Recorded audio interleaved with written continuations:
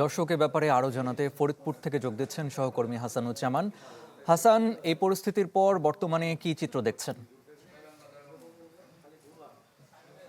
ভাঙায় দফায় দফায় যে সংঘর্ষের ঘটনা ঘটছে কাল থেকে আজ দুপুর পর্যন্ত, তারপর কিন্তু আমরা দেখছি যে দুপুর 12:30টার পর থেকে পরিস্থিতি ধীরে ধীরে আইন শৃঙ্খলা বাহিনীর নিয়ন্ত্রণে আসে এবং যে এখানে যে উচ্ছৃঙ্খলতার ঘটনা এবং মারপিটের ঘটনা এবং সেটি কিন্তু আমরা সরেজমিনে যেটি জানতে পেরেছি যে উচ্ছৃঙ্খল কিছু যুবক এবং একটা কিশোর গ্যাং এটা নিয়েই কিন্তু এই 3 গ্রামের সাথে মনসুরাবাদের উত্তেজনা, এবং তারা যদি এই সামাজিক বিশৃঙ্খলা ঠেকাতে তারা ব্যর্থ হওয়ার কারণে কিন্তু দ্বিতীয় দিনের মতো সংঘর্ষে গড়ায়।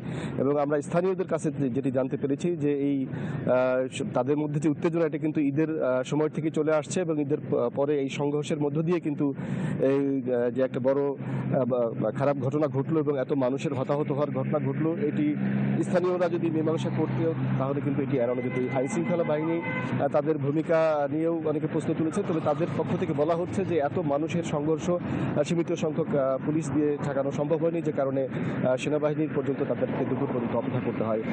তবে আসার কথা হচ্ছে যে দুই পক্ষই তারা তিনটি গ্রাম এবং এই মনসুরাবাদ গ্রামের যারা এই সংঘর্ষে জড়িয়ে পড়েছিল তারা কিন্তু এখন সরে গেছে এবং হাসপাতালে যারা চিকিৎসা নিয়েছিল তাদের মধ্যে কয়েকজনকে গ্রেপ্তার করা হয়েছে। আমরা হাসপাতালে গিয়ে দেখেছি যে গ্রেপ্তার এড়ানোর জন্য হাসপাতালে যারা ভর্তি ছিল তারাও কিন্তু হাসপাতাল থেকে বেশিরভাগই তারা চলে গেছে এবং এখন পরিস্থিতি স্বাভাবিক রয়েছে। আইন শৃঙ্খলা বাহিনী তাদের নিয়ন্ত্রণে রয়েছে এলাকা এবং এলাকার থমথমে অবস্থা বিরাজ করছে, তবে নতুন করে কোনো সংঘর্ষের আশঙ্কা দেখছেন না কোনো পক্ষ।